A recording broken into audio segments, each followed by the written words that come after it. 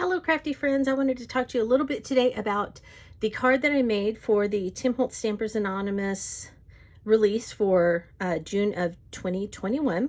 And I made a card using the Inquisitive CMS432 stamp set that you see here. The inks that I used were the Archival Distress ink in Black Soot and Hickory Smoke.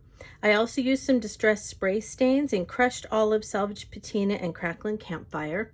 And then for my base, I used the distressed white Heavystock for this one and cut it into pieces for a slimline. So this card was the slimline.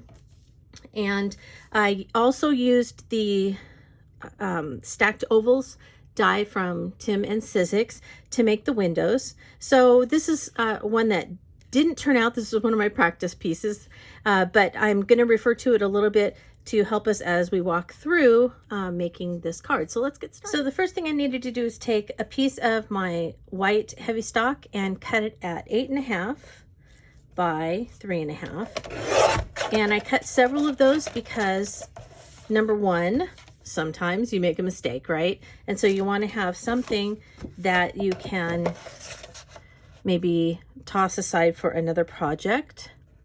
But also, I used one for the outside of the card and then one for the inside of the card where I stamped all of the faces from the set. So you need two pieces for this. But like I said, since I have this much left over, I'm going to go ahead and cut that so that I have 3 to practice with. And then also I have this piece left over.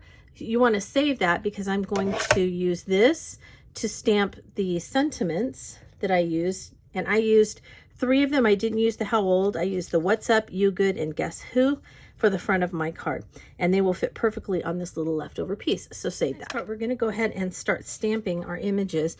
And the first thing I did is I wanted to stamp the background. And I love stamping backgrounds with Hickory Smoke because it will often pick up the color of the distress ink when you are either watercoloring or spraying or something like that. It doesn't completely change it. It just gives it kind of a darker tint of the color. And I really like how that works. I don't understand how it works, but I really like the effect. So we're going to stamp the background with the Hickory Smoke.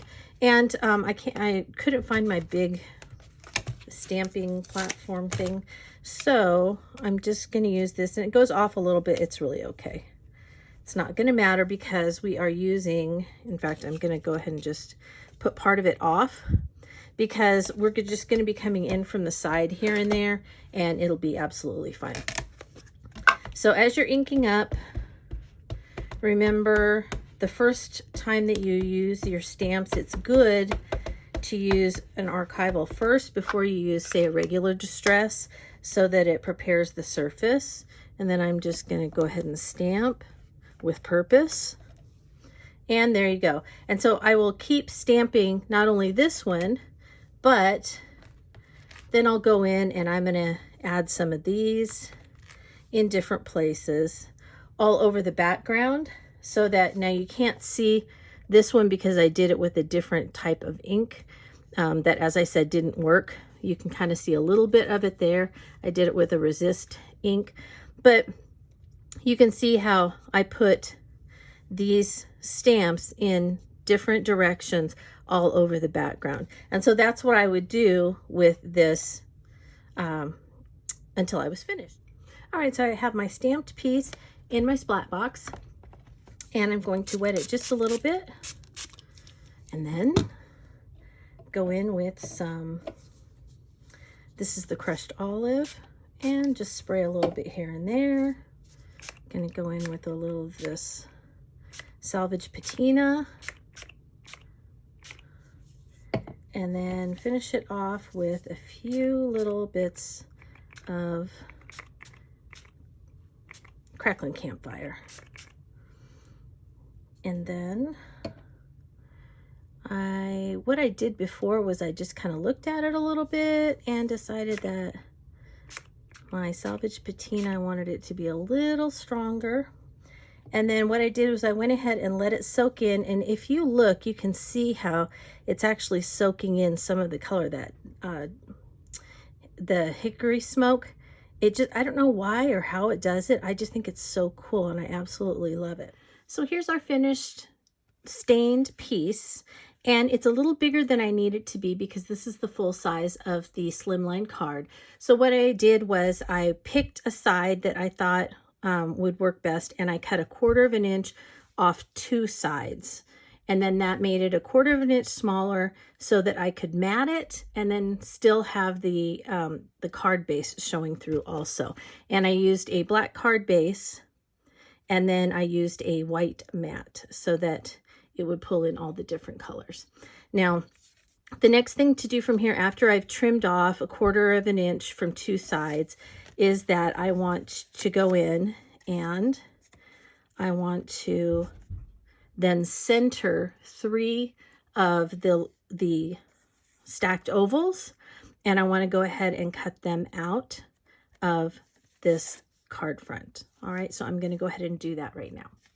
I have the ovals cut in my base piece, and I don't know if you can see how, which I just love, how the inks, the stains really soaked in, and that hickory smoke just kind of changed colors with the color of the stain. I absolutely love that and how it works. So I hope you can see that. Now, I want to have a mat around this so that for my card base, I have kind of a double mat, and it's going to pull in the black and white because I decided to stamp the faces just in black and white and not color them because there was so much color on the front. And I just kind of wanted to let these stamps, you know, make a statement. So what I did to make sure that I had a mat, but I'm not going to have a mat on the inside of these, it's going to be the black card is going to be the mat for these. So what I did was I just really quickly circled where those are, and I'm going to go in with my scissors and just cut away so that I have a mat that's behind this, but it's not going to cause any problems with the ovals there. So I cut 1/8 of an inch off of 2 sides. Okay, 1 long side and 1 short side. Cut 1/8 of an inch off, and then that will leave a little bit of a mat for this on the front, and then it still allows for the black card base to show a little bit of a mat as well. And then here's our card front with, and I've attached it to that mask or the mat, and you can see that I wasn't even careful about how I cut out the ovals because no one's going to see it and it really won't matter. Okay, so this is going to go on the front of the card eventually, but before we do that, we want to cut out the inside mats, which are going to be black, the black card base. And so the way that we do that is that, as I said, these were cut from the largest of the stacked ovals. So the inside mat we want to be the next size of stacked oval. And what I did was I just kind of centered it in there, and then I took a little bit of mask and stuck it on there. Okay, then put this back centered, and you do the next one and the next one. You get all 3 on there. You're going to go ahead and run it through and cut out those ovals. Now, some of you may not have machines that are big enough to open this card, which would be 7 inches when you open it, and that's okay. If you would like, you know, it's not a problem just to run it through folded, and it will make an impression on the inside of the card, but it won't cut all the way through. All right, or you can, if you want, you can even put like an extra piece of just whatever cardstock inside the card as you cut, and then it will cut these front ovals, but it won't cut the back. Usually it just makes an impression, and we're going to cover the back of the card with this stamp, with the stamped images anyway, so it's all going to be fine, whichever way that you do it. If you have a big enough machine to open it, fabulous. If you don't worry, it'll all be fine. All right, I'm going to go ahead and cut this and be right back. There we have our mat. And as you can see, when it opens up, we've got our black mat in the center. And when I cut it, I went ahead and put this scratch piece of paper in, and you can see it just made an impression, but it didn't really cut through. And it still even made an impression on the back of the card. But again, like I said, you won't be able to see that. So the next thing we want to do is we can go ahead and attach this if you'd like. But the important thing is that we need to put the inside paper into it. And then we want to stamp on it and make sure that we get our stamps in the right place. So let me show you how to do that next. To stamp these gentlemen and make sure that they are, positioned well within the ovals, what I did was I took the ones that I wanted in certain spots and centered them. So I would look and I'd think, okay, I want, his hat, but I don't want it clear up at the top, so I still have to have it kind of centered in the center of the card, but I want to be able to see his face too. So he's going to be up just a little bit more than maybe some of the others because this hat's so tall. And then use whatever stamp platform that you have. Oh, I guess I should show you this. So this is the inside of my card, and I have already attached the mat that's going to go inside. So then I center it, and this is on the Tim Holtz stamp platform, but use whatever platform that you have. I'm going to hold that down for right now. And then I'm not stamping, I'm just getting my stamp so that it is in the correct position. And then I think I'll use the bowler hat guy in the center here. That looks great. So I'm going to hold him there, and then again pick up that stamp. And lastly, another tall hat guy with a very straight mustache. He's gonna go there.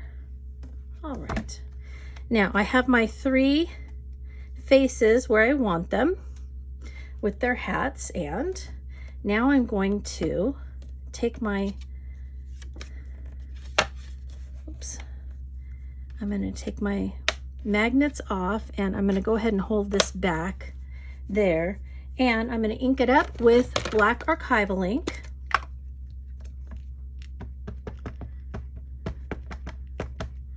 This may not be the best image the first time I stamp it, but you'll get the idea. And then when I stamp it with purpose, there we go. There are our gentlemen, and they should be perfectly lined up when we flip that front back over. So let's go ahead, get a little more ink on there.